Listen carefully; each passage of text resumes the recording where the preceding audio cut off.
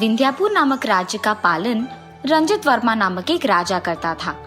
उस राज्य का वही एक अमीर आदमी था।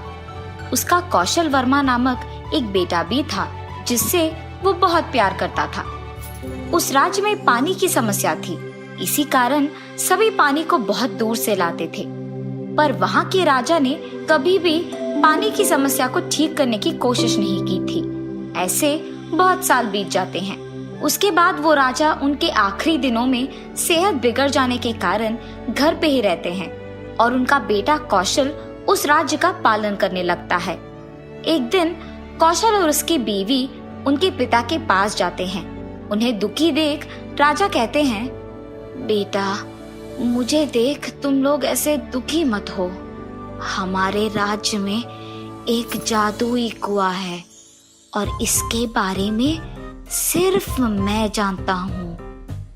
अगर तुम लोग पता कर पाए कि वो कहाँ है तो इस राज्य में सबसे अमीर बन जाओगे, क्योंकि उस कुएं से तुम्हें अनगिनत और अकल्पनीय पैसे मिलेंगे।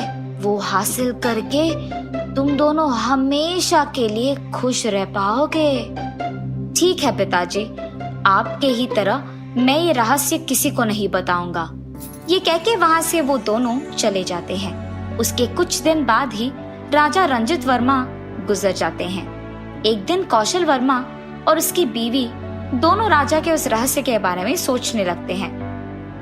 पद्मा, वो जादुई कुआं कहाँ है ये हमें कैसे पता चलेगा?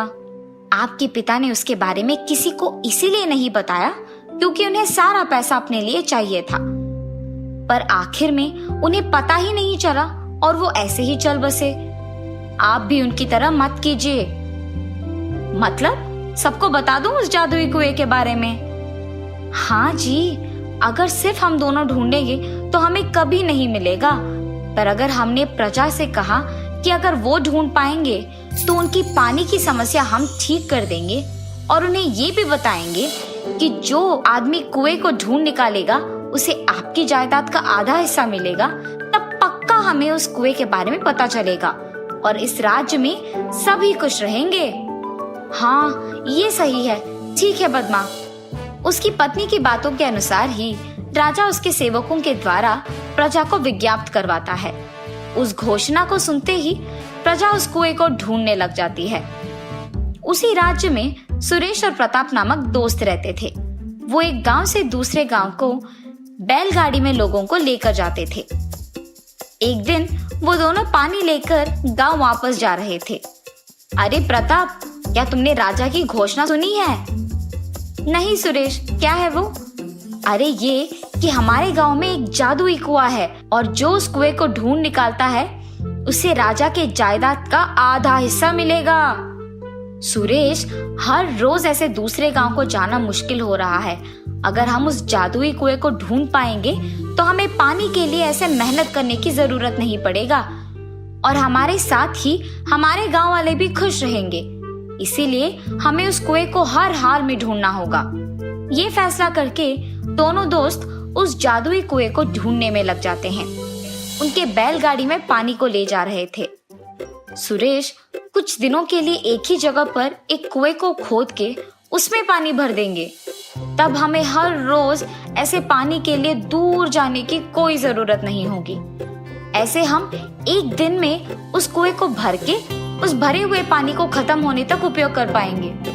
ये एक अच्छा विचार है प्रताप। चलो हम तुरंत एक कुएं को खोदते हैं। ये फैसला करके दोनों उनके घर पहुंचकर वहीं पास में कुएं को खोदने लगते हैं। खोदते हुए उन्हें अचानक कुछ कठिन पत्थर जैसे मिलता है। सुरेश, ये देखो, यहाँ एक कठिन पत्थर जैसा कुछ है जो बीच में है। इसे निकालने के बाद ही हम और गहरा खोद पाएंगे। ठीक है प्रताप। जब वो दोनों उस पत्थर को निकालते हैं तो उन्हें जमीन के नीचे एक कुआं दिखाई देता है और उसे देख वो आश्चर्यचकित हो जाते हैं। प्रताप, ये देखो, इस पत्थर के नीचे तो एक कुआं है। हाँ, अरे हाँ, ये तो सच में एक कुआं है। जमीन के नीचे कुएं को देख मैं भी आश्चर्यचकित हूँ। और देखो, ये पानी देखने में भी कितना साफ है। अब हमें कुएं को खोदने की कोई जरूरत नहीं है। हाँ हाँ, चलो देखते हैं कि उस कुएं का पानी पीने लायक है भी कि नहीं। ऐसे वो एक मटके को रस्सी से बांध के उसे कुएं में डालकर उसमें पानी भरते हैं और उस पानी को बाहर निकाल के दूसरे मटके में डालते हैं। उस पानी को पीने ही जाते हैं कि वहाँ पानी की जगह सोने को देख वो दोनों चौंक जाते हैं। अरे ये कौन सी माया है? पानी सोना कैसे बन गया? ये मुमकिन भी है? शायद यही वो जादुई कुआं है, इसीलिए यहाँ का पानी भी सोना बन गया। एक और बार उस कुएं से पानी बाहर निकालकर देखते हैं। चलो, इस बार वो पानी को मटके से बाहर निकालकर उसे जमीन पे बहला देते हैं। जमीन पे पानी उनकी आंखों के ठीक सामने सोने में बदल जाता है। ये देख वो दोनों बहुत खुश होते हैं। ऐसे वो खुशी खुशी कुएं से पानी निकालकर उसे जमीन पे बहने देते हैं। सुरेश, ये वाकई ही जादुई कुआं है। हमने इस कुएं के लिए जमीन के ऊपर तो बहुत ढूंढा, लेकिन जमीन के नीचे नहीं ढूंढा। अगर हमने आज कुएं के लिए खोदा नहीं होता तो ये कुआं हमें शायद कभी नहीं मिलता। हाँ प्रताप, मेरे हाथ बहुत दर्द दे रहे हैं। आज के लिए इतना सोना काफी है। कल यहाँ से कुछ और सोना लेकर जाएंगे, ठीक है? ये क्या बात हुई सुरेश? हम इसके बारे में राजा को नहीं बताएंगे क्या? क्योंकि तब वो हमारे पानी की समस्या का हल निकालेंगे और सारी प्रजा खुश रहेगी। प्रताप यार, दूसरों के बारे में हम क्यों सोचे? हम दोनों की खुशी बस है ना, इसीलिए हमें इस कुएं के बारे में किसी को बताना नहीं होगा। सुरेश, हमारे साथ साथ मुझे इस राज्य में भी सभी की खुशी जरूरत है, इसीलिए तुम आओ या ना आओ, मैं तो राजा से ये कहने जा रहा हूँ। और ऐसे प्रताप वहां से चलने लगता है। अगर प्रताप ने राजा से इस जादुई कुएं के बारे में कह दिया तो वो सारा उन्हीं का हो जाएगा और मैं उस कुएं से कुछ नहीं ले पाऊंगा। इसीलिए मुझे मेरे दोस्त को राजा के पास जाने से पहले ही रोकना होगा और उसे कैद करना होगा। इतने सोने से तो मैं सबसे अमीर बन जाऊंगा। ये फैसला करके वो उसके दोस्त को कैद कर देता है। उसके बाद से सुरेश हर रोज कुएं से कुछ सोना लेकर जाता था। ऐसे बहुत दिन बीत जाते हैं। बहुत दिनों से प्रताप के घर ना जाने के कारण उसकी बीवी चिंतित होती है और राजा के पास जाती है। राजा जी, मेरे पति सुरेश के साथ बैलगाड़ी चलाते हैं। वो कुछ दिनों से घर नहीं लौटे हैं और मुझे सुरेश पे शक है। मुझे बहुत डर लग रहा है। माता, आप फिक्र न कीजिए, मैं आपके पति को सही सलामत आपके पास लौटा दूंगा। आप हिम्मत से काम लीजिए। राजा के ऐसे कहने पर वो वहां से चले जाती है। सेवकों, सुरेश नामक आदमी का पता करके कुछ दिन उसका पीछा करो। जी प्रभु। राजा के आज्ञा के अनुसार ही सेवक सुरेश का पीछा करते हैं। एक दिन सुरेश रात के समय में उस जादुई कुएं के पास जाकर उसमें से पानी निकालकर उसे जमीन पे बहलाता है। पानी को सोने में बदलने के तुरंत बाद उसे वहां से लेकर जाता है। सेवक ये सब देख उसका पीछा करते हैं। सुरेश वो सोना लेकर उसके दोस्त के पास जाता है। ये देखो प्रताप, तुमने मुझे क्या करने पे मजबूर कर दिया। अगर तुमने मेरी बात मानी होती तो मेरे साथ तुम्हें भी ये सोना मिलता, लेकिन तुमने नहीं सुना और ये सारा सोना अब मेरा हो गया। ऐसे जब वो प्रताप से बात कर रहा था, उसके पीछे से राजा के सेवक आते हैं।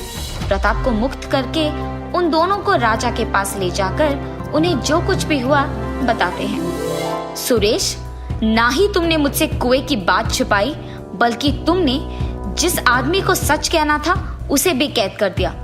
इसके लिए तुम्हें कड़ी से कड़ी सजा मिलेगी। और इतना ही नहीं, मैं तुम्हारे दोस्त को मेरे जायदाद का आधा हिस्सा दूंगा। प्रभु, मुझे आपकी जायदाद नहीं चाहिए, बस आप मेरे दोस्त को उसकी गलती के लिए माफ कर दीजिए। ठीक है, इस बार के लिए कर दूंगा और तुम्हें मेरे जायदाद का आधा हिस्सा भी दूंगा। राजा सुरेश को माफ करके उसका पूरा सोना हासिल कर लेते हैं। राजा के माफ करने के बावजूद सुरेश को बहुत दुख होता है कि उसका पूरा सोना चला गया। उसी दुख में वो वहां से चले जाता है और प्रताप को दिए हुए वचन के अनुसार उसे उनकी जायदाद का आधा हिस्सा देता है और वो वहां से खुशी खुशी चले जाता है।